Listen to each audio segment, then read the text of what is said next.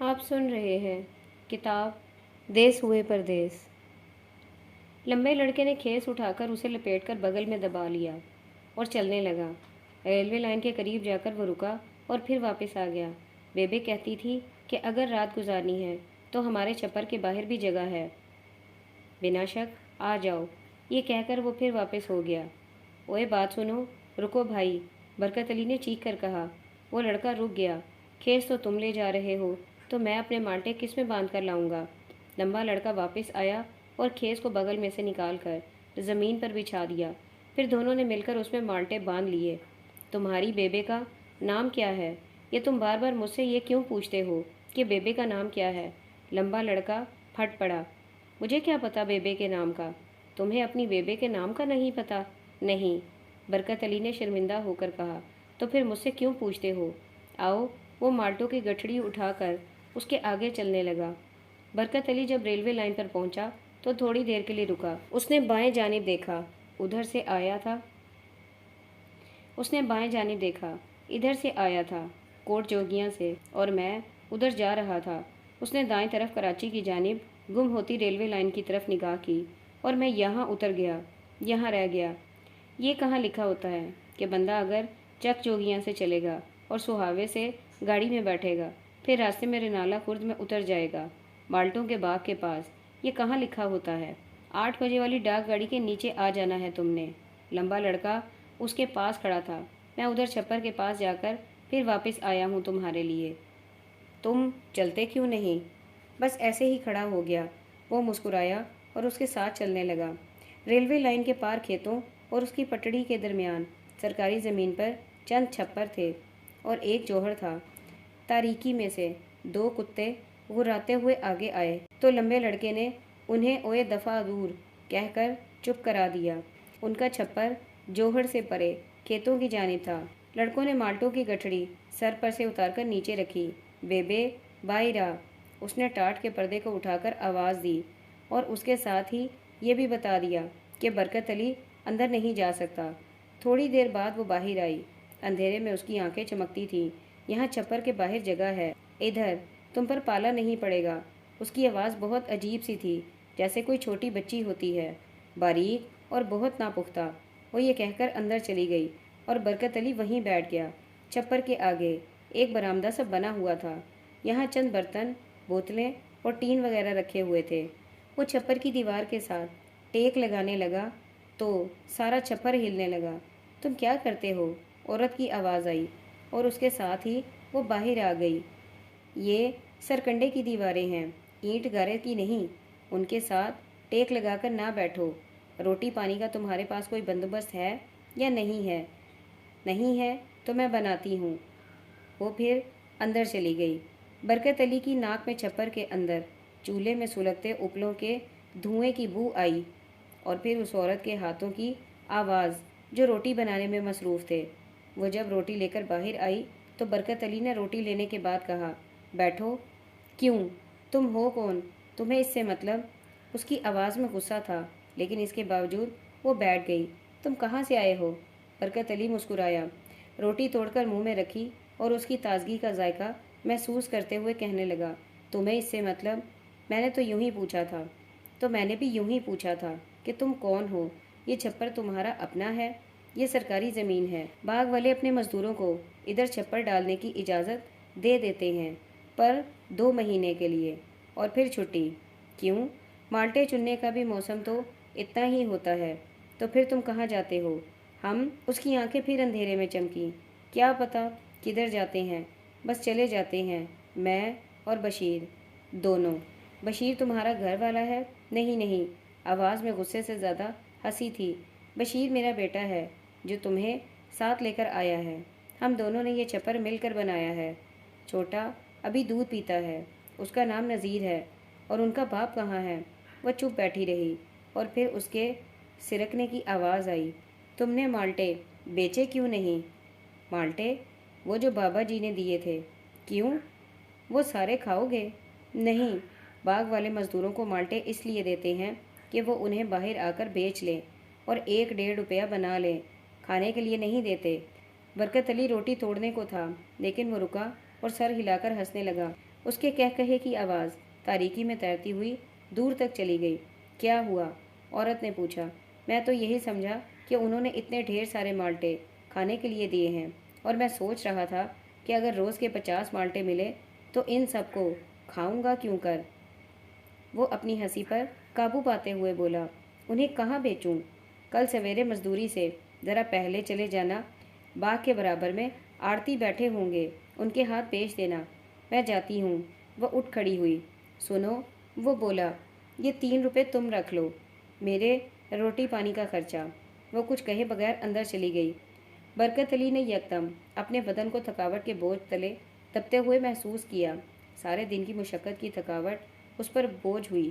اس نے ایک لمبی جمائی لی اور وہیں گچھا مچھا ہو کر سو گیا۔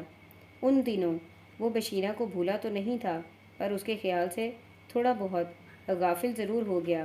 اس کی قسمت ایسی تھی کہ اسے روزانہ مزدوری ملتی گئی۔ اس چھپر کے آس پاس جن مزدوروں کے چھپر تھے ان سب نے اسے قبول کر لیا تھا، اور اب وہ ان کے قبیلے کا ایک فرد تھا۔ چارہ کاٹنے والی عورت کا نام زہرہ تھا، لیکن یہ تو وہ خود بھی نہیں جانتی تھی، اور اپنا نام جوہرہ بتاتی تھی۔ جوہرہ ایک مہربان اور ذرا بے وقوف سی عورت تھی۔ وہ زیادہ باتیں نہیں کرتی تھی۔ کبھی کبھار ایسا ہوتا کہ وہ بشیر کے ابے کی کوئی بات کرنے لگتی اور پھر چپ ہو جاتی۔ ایک شام وہ مزدوری سے لوٹے تو حسب معمول برکت علی چھپر کے باہر بیٹھ گیا۔ اب تو اس کے باہر اوڑھنے کے لیے ایک پرانی رضائی تھی اور زمین پر بچھانے کے لیے ایک پھٹی ہوئی دری۔ جوہرہ ٹاٹ کا پردہ اٹھا کر اندر گئی اور پھر فوراً ہی باہر آ گئی۔ تمہیں رات کو یہاں سردی نہیں لگتی؟ برکت علی حیران ہوا کہ یہ عورت یہ سوال آج کیوں پوچھ رہی ہے۔ مجھے یہاں سوتے ہوئے 1 ماہ ہونے کو آیا، اور یہ عورت یہ سوال آج پوچھ رہی ہے۔ کیوں پوچھتی ہو؟ ایسے ہی خیال آیا۔ وہ اس کے پاس بیٹھنے کی بجائے کھڑی رہی۔ آج سویرے جب ہم باغ کو مزدوری کے لیے گئے تھے تو کھیتوں میں کتنا ککر تھا، سارا کچھ سفید سفید ہو گیا تھا، اور ہم اسی پر چلتے تھے تو وہ اتنا موٹا تھا کہ پاؤں کے نیچے آ کر ٹوٹتا تھا اور آواز کرتا تھا۔ تو میں نے سوچا رات کو تم باہر ہوتے ہو اور تمہیں سردی نہیں لگتی؟ لگتی ہے، برکت علی نے مزید حیران ہو کر کہا۔ لگتی ہے؟ سردی تو کتے بلے کو بھی لگتی ہے، میں تو پھر انسان ہوں۔ تو پھر چھپر کے اندر آ جاؤ، اس نے کہا اور اندر چلی گئی۔ یہ کیا کہہ کر گئی ہے؟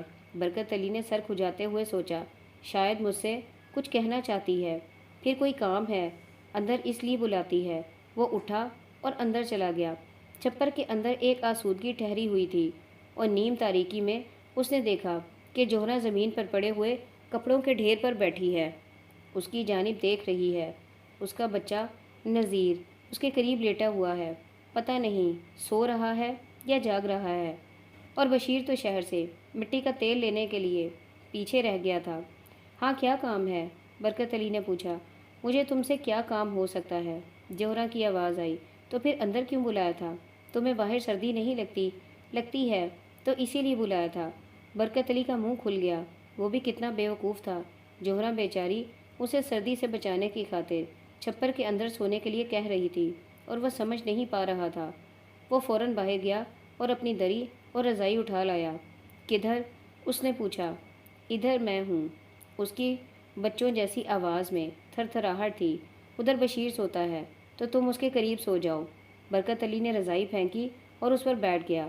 چھپر کا اندرون اسے دھیرے دھیرے نظر آنے لگا تھا۔ سٹور کے 2-4 برتن، ایک ہانڈی، ڈوئی، چند ٹین، ایک خالی پنجرا اور اینٹوں کے ایک تھڑے پر رکھا ہوا مٹی کا دیا جو ابھی جلایا نہیں گیا تھا۔ تم ہو کون؟ برکت علی نے کہا۔ میں بھی وہی ہوں جو میری ماں تھی، اور اس سے پہلے اس کی ماں تھی۔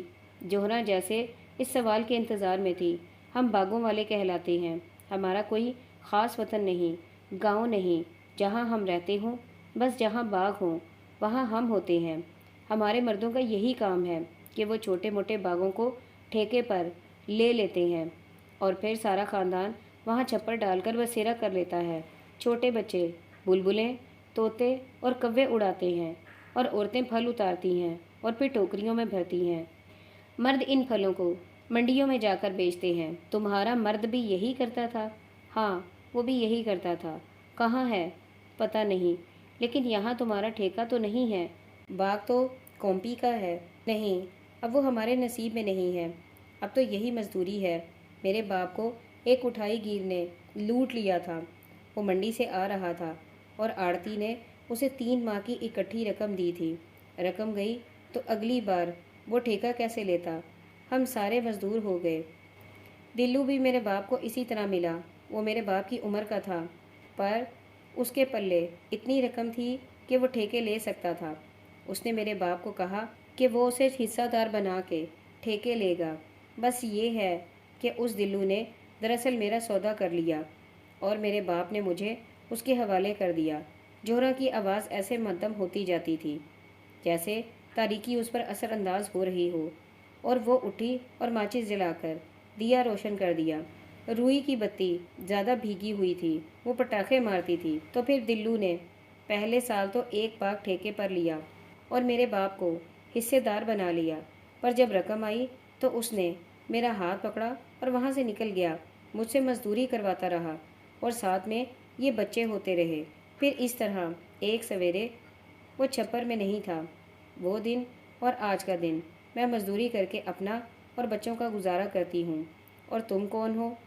میں برکت علی چونک گیا۔ اسے معلوم تھا کہ یہ سوال ہوگا، لیکن وہ جواب کے لیے تیار نہ تھا، اس لیے تھوڑی دیر چپ رہا۔ وہ پھر سوچ میں پڑ گیا، سوچتا رہا اور پھر سر جھکا کر یاد کرتا ہوا اسے سب کچھ بتانے لگا جو اس کے سینے میں جمع ہوا تھا۔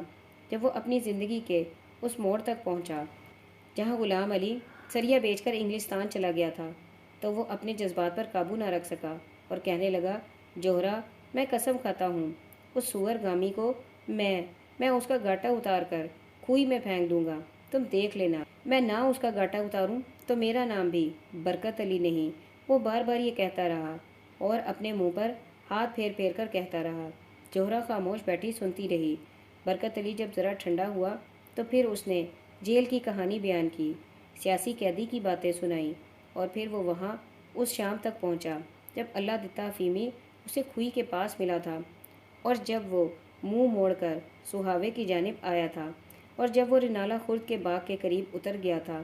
میں نے اس روز تمہیں چارہ کاٹتے دیکھا تھا، اور کھیت کی منڈیر پر چھوٹا نذیر پڑا تھا، اور مجھے وہاں اس کے چھوٹے چھوٹے ہاتھ پاؤں کبھی کبھی فضا میں اٹھتے نظر آتے تھے۔ میں نے تمہیں کھیت میں چارہ کاٹتے دیکھا تھا۔ جوہرا دیے کی کاپتی ہوئی روشنی میں اٹھی اور اس کے قریب آ کر بیٹھ گئی۔ نہیں، تم نے مجھے آج تک نہیں دیکھا۔ برکت علی نے ایک ہیں کیا اور پھر اس کی طرف دیکھا۔ ہاں، اس نے آج تک اسے نہیں دیکھا تھا۔ یہ شکل جو اس کے سامنے تھی وہ پہلی بار دیکھ رہا تھا۔ اس پر رنج بہت تھا جو اسے مسلتا رہا تھا، اور اس پر دکھ کی سیاہی تھی، اور اس میں اچھے دنوں کے لیے ایک خواہش تھی، اور اسی لیے اس کی سیاہ آنکھیں چمکتی تھیں اور اس کا بدن ابھی ٹھنڈا نہیں ہوا تھا۔ برکت علی نے محسوس کیا کہ وہ زمین جو اس کے بدن کے نیچے ہے دھیرے دھیرے کانپ رہی ہے، اور اس میں ایک گونج ہے، ایک سسکی ہے جو کبھی تو ابھرتی ہے اور کبھی دب جاتی ہے، اور زمین کی یہ کپ کپاہٹ آہستہ آہستہ زیادہ ہو رہی تھی، اور اس کا حلق خشک ہو رہا ہے، اور پھر جیسے وہ چھپر بھی کانپنے لگا، ہر شے لرزنے لگی اور اس کی لرزش سے مختلف آوازیں پیدا ہونے لگیں۔ وہ آ رہی ہے، برکت علی نے کہا، لیکن اتنی تیزی سے وہ آ رہی ہے۔ ہاں ہاں، جوہرا نے صرف یہ کہا، اور پھر اسی لمحے ایک گڑگڑاہٹ کے ساتھ ڈاک گاڑی ایسے آئی جیسے ان کے چھپر کو رونتی ہوئی چلی جائے گی، اور اس کے محیب پہیے جیسے ان کے بدنوں کے اوپر چلنے لگے۔ پر یہ شور اور یہ لرزش چند لمحوں کے لیے تھا۔ ڈاک گاڑی گزر گئی اور ہر طرف امن ہو گیا۔ میرے پاس کچھ رقم ہے، جوہرا پسینہ پوچھتے ہوئے بولی۔ میں نے مزدوری کر کے جمع کی ہے، میں نے اور بشیر نے۔ پھر تمہارے پاس بھی تو کچھ ہوگا۔ یہاں سے منٹگمری تک باغ ہی باغ ہیں، چھوٹے بڑے ہر قسم کے۔ تم مرد ہو، بات کر سکتے ہو۔ ہم ایک چھوٹا سا باغ لے کر کام شروع کر دیتے ہیں، اللہ برکت دے گا۔ برکت علی اٹھ کر بیٹھ گیا۔ یہ کس قسم کی عورت ہے؟ کہیں یہ ایک اور بشیرہ تو نہیں؟ مجھے کیا پتا باغ ٹھیکے پر کیسے لیتے ہیں اور پھر پھل کیسے فروخت کرتے ہیں؟ مجھے تو پتا ہے نا۔ دیکھو، اب تقریباً سارے باغ لگ چکے ہوں گے، پر کئی ایسے ہوتے ہیں کہ مالک انہیں خود رکھ لیتے ہیں اور خود ہی اس پر